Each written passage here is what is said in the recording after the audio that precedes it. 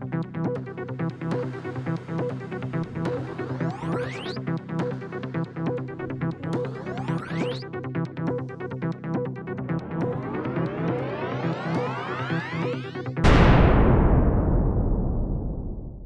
back to the show, everybody. Gosh, Dana, I don't know how do you want to introduce the topic today? So we were thinking about two things. We were thinking about pathological demand avoidance. Hey, I said it. I was getting tongue-tied before. And rejection sensitivity dysphoria. We were thinking about those two things, and it sort of popped into our minds when we were idea balling processing speed, or what is the processing that's taking place. From one of our other episodes, I was thinking about assessing adult women. It goes from observing behavior, like we tend to see in kids, to assessing and getting information on processing. And I think both of these have a lot to do with processing, whether it's the speed of it, the slowness of it, if you're overwhelmed, your brain doesn't really process well, so it might shut down. If you're in folks that I have that really have the demand avoidance, I don't like using the pathological part of it, the demand avoidance, there's reasons for it. So it can be sort of grow up in a household with very few boundaries and just sort of emotionally not allowed to have their own space. So there's a lot of that kind of enmeshment early on. And then if they're in a situation as an adult that they have no control or power, continually avoiding the demand becomes kind of adaptive, right? Like, and if they know they need some time to process, or the person that's giving the demand isn't safe to process with, and so I have to process it internally, I know that that's going to take longer. So maybe just saying no and digging in is the better way to do that. I think it's a little bit different in kids who lack the development to be able to use the words and cycle through it. So it looks a little bit more, you see big behaviors from it, right? But really it's about them not wanting to do something and not really having a way to communicate that yet.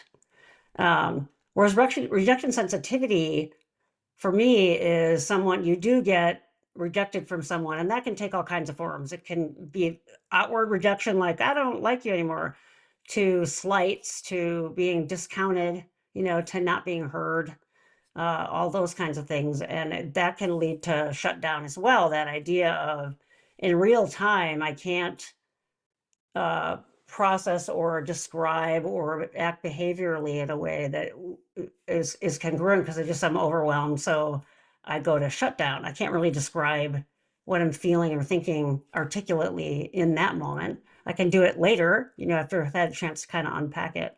And I've certainly have people that do both of these, rely on these for ways of coping, right? But I think both of them internally, though, that's the nugget in the middle that's common to both of them, is that idea of society or the situation wants me to respond in a way that is congruent with the situation in the moment, right? And what they have in common is that little bit of shutdown and inability to process it in the moment. So buying time, certainly just rejecting the demand is like buying yourself time. If there's a power differential and you feel like that person never lets you have that space, that's going to put a wall up to say you can't do that. And anytime anybody offers a possibility of things, it just becomes almost a lifestyle way of your personality. You're going to say no, right? And then it covers everything. And then folks get mislabeled as pessimistic or difficult or whatever that term is. And then rejection sensitivity, to me, is a little bit more of a internal thing, not necessarily known by the trigger.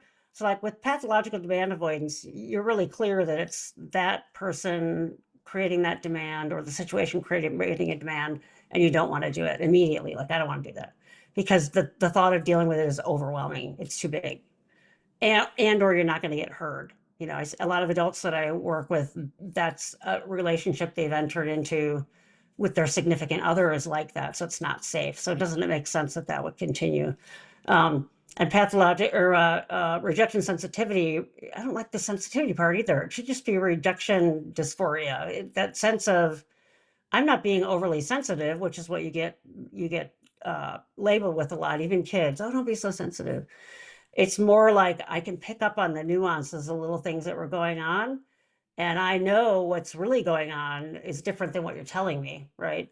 So I can say to someone, well, that what you just said was sort of hurtful. Oh, I didn't mean that as hurtful. And internally you're like, yeah, you did.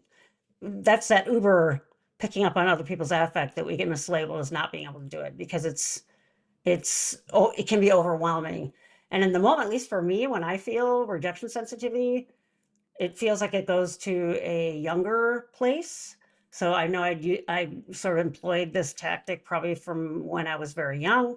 To me, it's not thought about like I'm going to reject what you're telling me. It's this automatic, super deep affect. It's like the rug getting pulled out, and then I'm just shut down like immediately. Whereas other things that will shut me down take a little longer. That one's just like boom, I'm gone. It is not the same as dissociation. It sort of is like this person isn't going to understand me, and I don't have the words right now to kind of stay in the game, right? And I know that enough about myself, so it's just going to take me there. And then that doesn't mean I can't work it out later. Whereas pathological demand avoidance to me is more of a power play between you and the environment. I purposely don't want to do this because I don't have any other recourse, right? Hmm. Does that make sense? Yeah, I Yeah. mean, I think when we talk about processing, like just for those of you guys that are listening, when we talk about Hmm. processing, we're really talking about the brain's efficiency. How does the Hmm. brain, what is a brain's degree of efficiency to process or to think about information? Hmm. And in a lot of ways, Like a computer, y- really. How fast is it? that's Yeah. right. You can have great, huge capacities for thinking, Hmm. but your your efficiency to execute something, to do something about that information might Yeah. be delayed, or it might take a lot of work, a lot Hmm. of effort for you to do that. We see this a lot, not only in autistics, but in ADHDers, in twice exceptional people. Um, and I do think that there's this shutdown piece comes down to load and speed. How much Hmm. is being asked to process and how quickly do Hmm. we need to do that? And so from a demand perspective, I don't always see those to be observable in the moment because I can see people to preemptively avoid demands that they think are Oh, yeah. coming, Yeah. Yeah. right? Sure. So That's what I meant but by the environment. It doesn't have to be the yeah, person. It can be, you see it coming. Yeah. yeah, Yeah. yeah, and it could just be like I just know that this happens in my schedule. Hmm. I just kind of know that those things are coming. I know that my mom's going to make me do it. I Mm.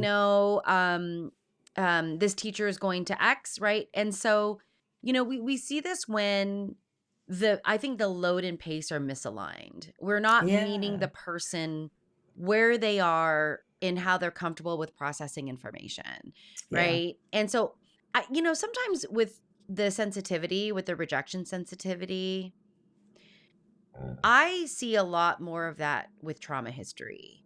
Yeah. Yeah. For It's sure. it's almost, but in Hmm. in both, like the way that you're describing it too, Dana, both are protective. Yeah. Both have a reason why Hmm. they've been kind of created and developed, right? They There's a didn't lot of just research on trauma that it is neuroprotective, your brain it's shutting neuroprotective. down. Yeah. It's trying to stop the blast. Yeah. Yeah. So instead of saying things like, oh, this person is lazy, they don't want to Hmm. try, they don't want to do anything, they just want to stay at home, they don't want to work, right? Hmm. It's Hmm. really just kind of stepping back and being like, wait, like, how are the conditions? Like, Yeah. are the conditions good for this person? And Hmm. immediately when you ask that question, you're working with a person where the environment matters. Yeah. Not everybody, for some people, environment, it doesn't matter what environment they're in. They're Yeah. cool. Like Yeah. that's just their brain and their nervous system can do that, right? I don't These know. are It's just a marvel to me. right. Yeah. Clearly we're not Woo. talking about those people. Like Yeah. we're talking about people that struggle with being in the world as it is. Like Yeah. that is what it is. And so I think that there's also this line, Dana, which is disabilities get exacerbated based on their on environments and Mhm. who's in that environment. Yeah. Yeah. But the person is also partly responsible for meeting Yeah. the demands of their environment, right? Sure. So I don't Yep. think what we're saying is, hey, the environment must be spick and span perfect for this person Yeah. to do anything. Yeah. Because clearly that's not going to happen. But Right. can we say that for the things that must happen, that we've done everything that we can in the environment Mm-hmm. Mm-hmm. in order to reduce the load on that person to be able to do Mm-hmm. those things because they must be done. Yeah. Right. Like Exactly. Yeah. sometimes I feel like we're like, this must be done. And it's like, but why does Yeah. this math worksheet that has nothing to do Yeah. with my life need to be Right. done? Yeah. It Yeah. doesn't make any sense. And this is why like it's not relevant or Right. meaningful to the And the person. real world, it really is full of things that you have to get done. And I don't mean that in a, oh, when I was a kid, Yeah. we went up. It really is more of a, how do we give them an on ramp? It's like when you're first Yeah. learning to drive and you go on the highway. Wouldn't it be great if they had an on ramp where no cars, you didn't have to merge with any? You could be up there for a while first and then learn to merge. But no, they get combined. It's like, ah! So that idea of let's put these things in place that you can put in place that help you get on. It's not going to be 100% comfortable anyway because you don't want to really do this, but you have. It's a have to. How can we make it so that you can tolerate have tos? Because life is full of have tos. How do we figure out a way to sort of train your brain to deal with those, knowing that it sucks? It does. It sucks. Just Yeah. own that, right? Yeah. How Yeah. do we make it easier? How do we Mm-hmm. make the have tos easier for Yeah. you? Yeah. Exactly. And that in the places where you don't have to, then really Yeah. lock down those environments and those demands for yourself. Again, this Yeah. goes back to like knowing yourself. And Yeah. I think as you're, adults, we really encourage to know themselves, right? Yeah. But for kids, Mm. kids are reliant on their parents to know Yeah. them so That's that the right. parent can be helpful in modifying the Yeah. environment Yeah. and what's happening in that environment um and that Yeah. I think is very challenging. That can be a very Yeah. challenging thing. Absolutely. Yeah. Yeah. Yeah. Because now you're introducing a dynamic of a partnership, and that anytime it's a second person managing it, it gets that much more exponentially complicated. I mean, what if they're having a day where they're on overload and, this is the third issue today and you've got to get to school and all that kind of stuff. So it's hard to stay, in that place of let's do these things that we put in place to begin with. It just can be like, get in the car. I Yeah. understand that. Yeah. Everybody has their limits. Yeah. And I think in that situation everyone needs to know their load, right? Yeah. Right. And so it's I think this is like really fascinating, but in general we try not to like be over Mm-hmm. pathological or over pathologize things. Mm-hmm. Um should we call it rejection sensitivity dysphoria if Mm-hmm. you are a victim of trauma and you have developed a hypervigilance Yeah, to and you go to protect yourself in the hurt, world? that hurt Like, feeling really deeply. Yeah, yeah, is right. do we call that? Are we gonna Yeah, diagnose that? I mean, like, you know what yeah. I'm saying? It's just like But really yeah, interesting. and pointing out to the person, I mean, for me, what was helpful with that is learning about it and being like, oh my God, it's a thing. Yeah. It's got a name. Yeah. And then I still might not be able to stop it in certain situations, but I can say, oh, there it is. And knowing what it is rather than just feeling like this thing happened and I can't handle it. That's a pretty negative, way. And then you feel vulnerable and then you start to avoid those situations because you feel like you can't ever handle them. Versus, oh, this is my brain. There it is. It's going. I'm trying to speak and nothing's happening, and so what I've learned in those situations, for example, is to say, this is what's happening. And I might be able to say to the other person, I just need a little time. Can we take a break?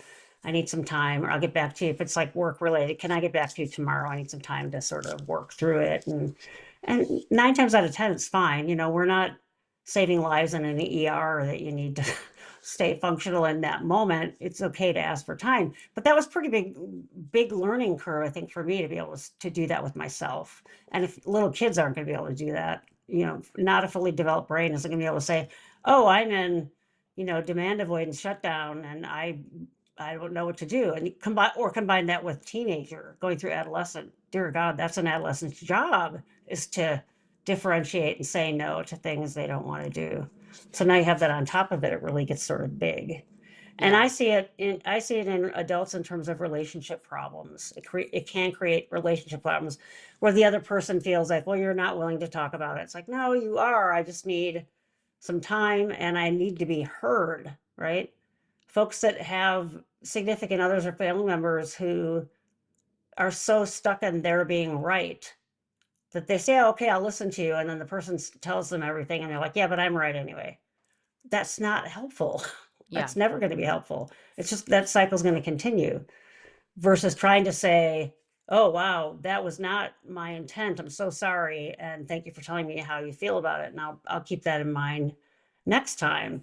And then if you slowly can get to where that relationship feels, the trauma part is out, where you feel like you can trust the person more, then you might be able to be more vulnerable, right? It's taken even my wife and I a while, and it's only been like maybe in the last 6 months that I can say to her, I feel like I'm heading for a shutdown, and not necessarily something between us, but like something at work. I'm like, I just need to let you know I'm shutting down, and so she doesn't take it personally. She's not sitting there worried about, oh my God, what happened? What's wrong, Dana? Did I do something wrong? If I say it's a work related thing, I'm shutting down. She knows I, to a certain extent, can't stop it. It's just an automatic thing my brain does. And then she'll do some really sweet check-ins, like, did you need anything? Yeah. Or, just uh, not a pat on the shoulder. We hit each other's butts in a really sweet, sort of fun, Yeah. neuro-affirming Yeah. way. Yeah. Yeah. Or just a gentle little Yeah. squeeze. And it's like, oh, that's what that her way of saying, I know you're there and struggling, and just, I'm still here. Yeah. So those sort of things you have to work them out with, caregivers, parents, partners, significant others, friends, even if that, so they're not thinking, you don't want them as a friend anymore. You're just like, oh no, I'm circling the drain right Yeah. now and I Yeah. can't pull up. Yeah. Um, and it's changed my way of seeing other people too. So I mentioned on here a lot that I have some neurodivergent students. And I can see one now that I don't even need to know the story. I don't need to know what the trigger was. I don't need to know what was happening. But if I see someone listening to lecture, but it's clear their body language is like, I'm in here, and they're taking notes with their doodling, I'm like, I'm not going to rush into that peace bubble. I'm just going to notice it's there, and it's the person's not ignoring me. They're not disrespecting me as a professor.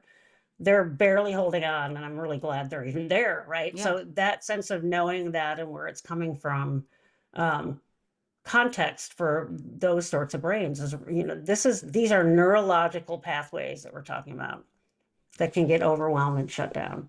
Yeah. Yeah, and that's not changeable. Like, I think it's, like, really No. important. Like, we don't change processing speed. Right. And, anyone that tells you differently, we don't Yeah. change global processing speed. Yeah. That's We right. really don't. Like, and I know that there are a lot of, brain training programs out there that say Mhm. that they do.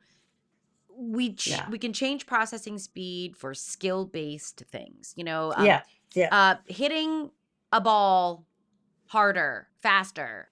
Yeah. Yes, It's you a motor can. thing. You can do that, but You not can in do a that, cognitive thing. but Yeah. not in a cognitive capacity. And Hmm. I really hope that people don't fall for that in Hmm. regards to some of these kind of weird programs that are out there, because there are lots of Yeah. Yeah. brain training programs that are out there that Yeah.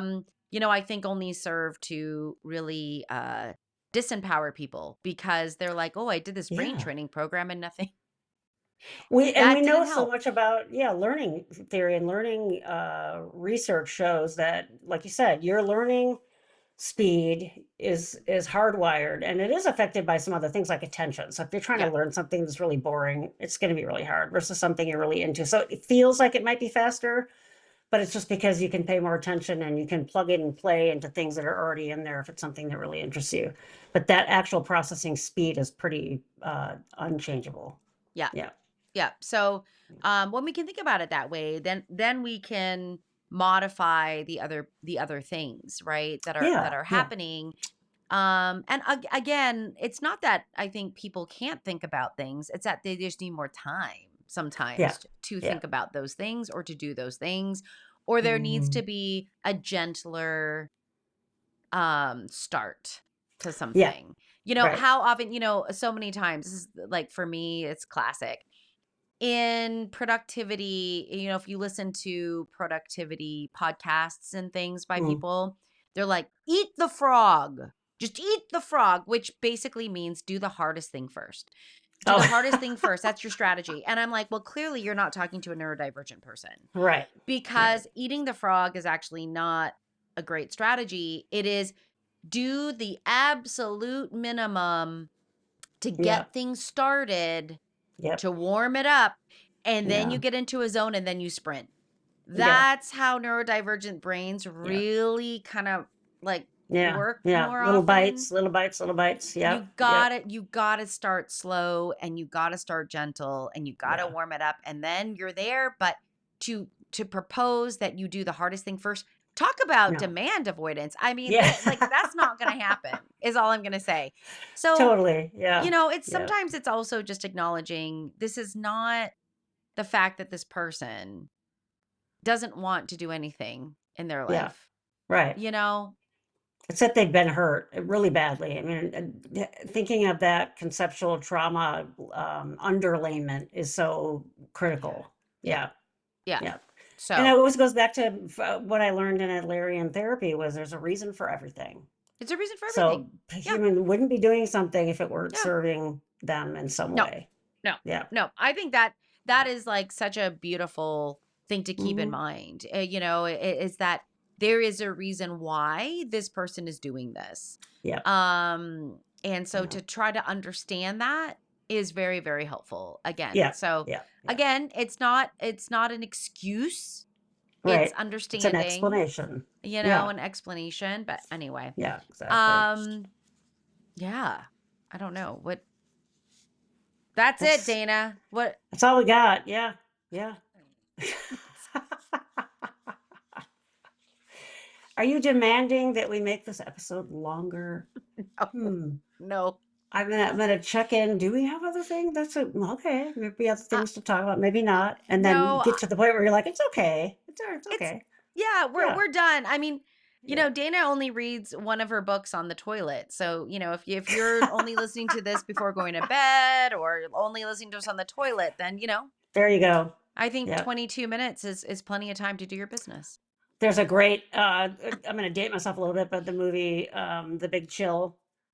Yeah, if Mhm. you remember that movie. And one guy works for it's like a People magazine kind of thing. And he says, we only have one editorial rule. No stories that are longer than the average person can finish during the average crap in the bathroom.